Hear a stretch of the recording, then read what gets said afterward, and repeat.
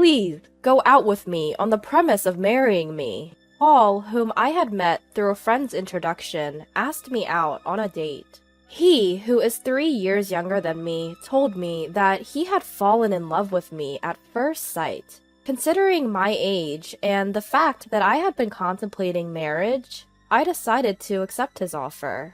We eventually got married a year later. My name is Michelle. I'm 34 years old and I work for an international corporation. I've always dreamed of living abroad. My husband Paul, despite being younger, is a natural-born leader and can be described as the dominant one in our relationship.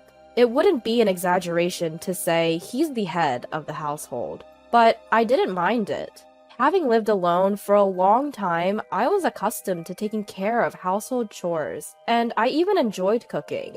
Paul rarely helped out, but I never found chores burdensome. On the other hand, Paul always took the lead when we went out together, allowing me to simply enjoy myself without having to worry about anything. This felt like a good balance between us. However, all of this started to change when my mother passed away. While I was at work, I received a call from my father informing me that my mother's chronic illness had worsened, and she had collapsed. I immediately boarded the train and arrived at the hospital in about 2 hours, where I bid a final farewell to my mother. I decided to stay with my father to prepare for my mother's funeral. When I contacted Paul, he said that he couldn't leave work at short notice. He ended up not coming to the wake. He did make it to the funeral, but it seemed that he hadn't made any preparations for mourning attire. I had to hastily arrange a rental outfit for him. He complained incessantly, saying that I should have prepared everything from the beginning. Between my sorrow and being busy, I didn't have the capacity to deal with Paul, so I let his complaints slide. But apparently, he didn't appreciate that, as he was in a foul mood throughout. Ever since then, it feels like our marital arguments have increased. Well, after being married for 3 years, I think it's normal to have some quarrels. But even so, Paul has been picking fights rather aggressively recently. With his persistent domineering attitude, he often dictated what I should do and take care of. I got fed up and even tried refusing a few times. But since he didn't know how things were organized inside the house, even simple tasks like preparing for his own business trips would take a long time. Moreover, he would complain while bustling around the house, making an even bigger mess. In the end, I realized it's easier if I just do it myself. I wasn't being completely obedient. I took care of certain things to save myself the trouble. Next week is the gathering for my mom's first death anniversary. I'm going to start preparing for us to join, okay? When I said that, Paul responded grumpily. I have an important meeting that day. What should I do? I've mentioned this gathering well in advance. How could he suddenly say something like that? What, you're not going? Paul responded with a heavy sigh. It's not that, but it'll be tough to delegate everything to my juniors, you know? He seems happy about his recent promotion and constantly talks to me about his junior team members at every opportunity. I felt like sighing right back at him. Please plan for it, okay? I emphasized. It was the day before my mother's first death anniversary gathering. When I got home from work, Paul was sulking and drinking beer in the living room. I'm sorry I'm late. I had to work overtime. I'm sure he's in a bad mood because I came home late, causing a delay in dinner preparation. I've been waiting here for an hour, just as I thought. But it's just 1 hour, isn't it? If he couldn't prepare his own dinner, he could have gone out to buy something. I did let him know what time I'd be home, so he could have taken some initiative and done things on his own. Suppressing the urge to say all that, I handed him a takeout box. I thought it'd take too long if I cooked, so I picked this up on my way home instead. In response, Paul slammed a glass filled with beer onto the table. Takeout again? Aren't you slacking off a bit too much lately? Again? The last time I brought home takeout was about 2 weeks ago. Sure, I've been busy lately, and maybe I haven't been cooking a feast every day. Nevertheless, I'm mindful of maintaining a balanced nutritional intake and rarely rely on prepackaged items. So I don't think I deserve that kind of criticism. As I was considering whether to retort or not, Paul, misunderstanding something, decided to pour salt in the wound. Can't say anything because it's true, huh? Do your chores properly. You've been coming home late lately, saying you're working overtime. You're probably just out having an affair, Paul shouted. His words sparked a flare of resentment that had been building in me. Enough is enough. If you know I'm working late, the least you can do is prepare dinner for us. It's fine if you can't cook. Picking up some takeout isn't too hard to do, is it? I always make sure to inform you when I'm going to be late, and even with the busyness, I take care of all our household chores. There's no need for that kind of tone. Paul gave me a glare. Huh? You're 3 years older than me, you know. I could have married a woman in her 20s, but I chose an older woman. Show some gratitude and do as I say. There's no one else who would want you, so you'd be in trouble if I were to leave you, wouldn't you? Did he really just say that? I was ticked off and couldn't hold back any longer. Then you should have married a younger woman. When we started dating and before we got married, didn't I ask if you were okay with me being older? You said it was okay, and that's why we got married. Even without you, I could have managed my life. Paul laughed mockingly at my words. Whatever, let's get a divorce. With that, Paul took his beer and the takeout box and retreated to his room. We've had our share of arguments, but this was a first. I was done with him. I decided to eat my takeout dinner to calm my nerves. He must have been irritated because he was hungry. That's what I thought as I filled my stomach, but I couldn't settle down after all. I couldn't believe this was happening the day before my mother's first death anniversary. After some time had passed, I called out to Paul from outside his room. We need to leave by 8 a.m. tomorrow, so I'll wake you up around 7. There was no response, but I could sense that he was awake, so he must have heard me. With those words spoken, I went to sleep. The next morning when I woke up early, Paul was already gone. The bags I had prepared were still in the room. It didn't seem like he headed to the gathering without me. Where did he disappear? I called his cell, but there was no answer. There was no response to my texts either. Since there was no other choice, I left a voicemail message and started preparing to head out on my own. I got a hold of Paul while I was waiting for the train at the station. I have to go to my meeting. I can't leave it to my juniors after all. When I answered the phone and heard only that, I panicked. Wait, what? Hold on! Despite my words, my voice was drowned out by the noise of the train, and the call ended. Overwhelmed by an indescribable mix of anger and resignation, I found myself in a state of stunned bewilderment. Before I could think further, the train arrived. Carrying unnecessary luggage for two, I boarded the train alone. When I arrived at my father's house, my father asked anxiously, "Where's Paul?"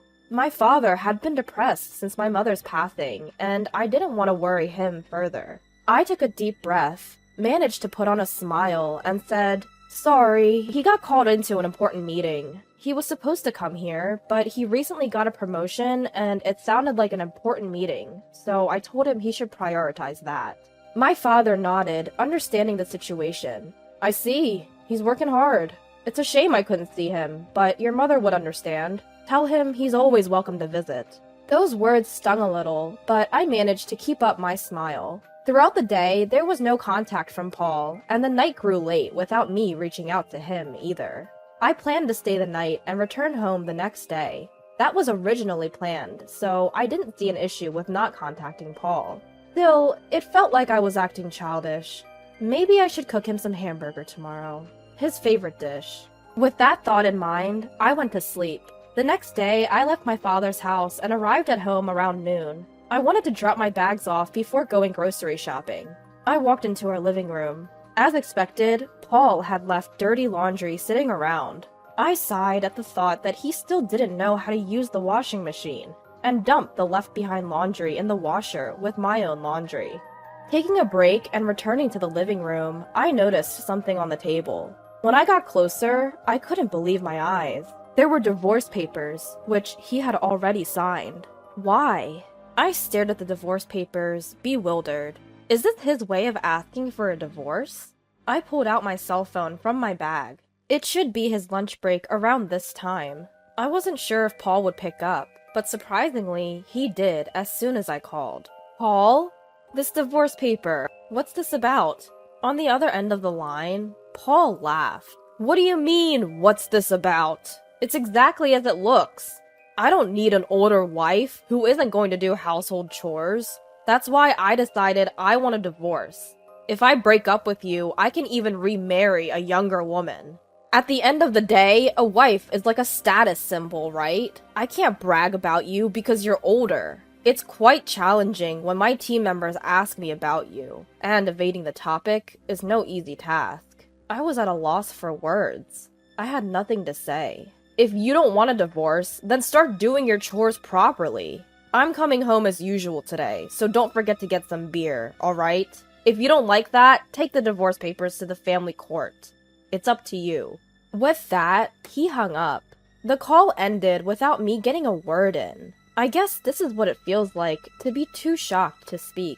Paul probably thought that if he said that, I would comply.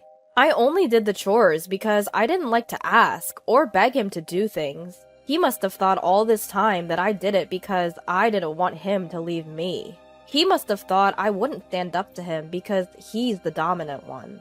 Being married to a younger husband is sometimes envied, but really, there's nothing notable about it. I often found myself emphasizing the fact that my husband is younger. He's average in looks, average in personality, and earns an average income. There's nothing unique about him, so saying he's younger was just convenient. When we got married, I was worried about the age difference. But now we're both in our 30s, and he's only 3 years younger. If there was a decade or so between us, I might feel more affectionate. But it feels bad to be continuously called an older wife when we're practically the same age. I grabbed my bag and headed straight to the family court. When I submitted the divorce papers, I felt a sense of relief. I thought we were getting along fairly well, but that's over now.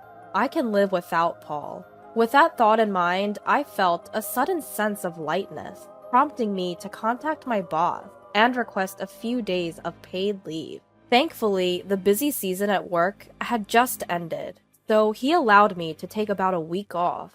Since I'm divorced now, I needed to sort out my belongings. I didn't have much stuff to begin with, so cleaning up was a breeze. I took the bigger items to a storage unit, packed my essentials and clothes in the car, and on a whim, I decided to head to a hot spring resort. It seemed to be the off-season for hotels, too, so I was able to book a stay at a cheap rate on the spot. I felt the excitement as I drove. As I enjoyed the hot springs and relaxed in my room, my phone rang. Michelle! I told you to get beer, didn't I? Where the hell are you? It's Paul's usual time to come home.